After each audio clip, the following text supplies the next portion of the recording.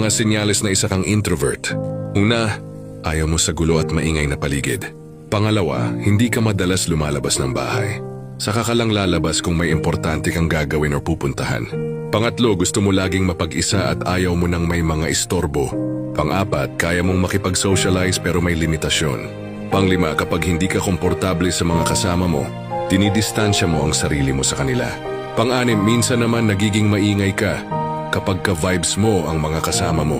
Pang-pito, hindi mo alam kung paano magsimula o mag-response ng conversation sa ibang tao, kaya madalas ngumingiti ka na lang o di kaya tatahimik ka na lang. Pang-walo, hindi ka rin expressive na tao, kaya madalas kang mamisinterpret ng tao.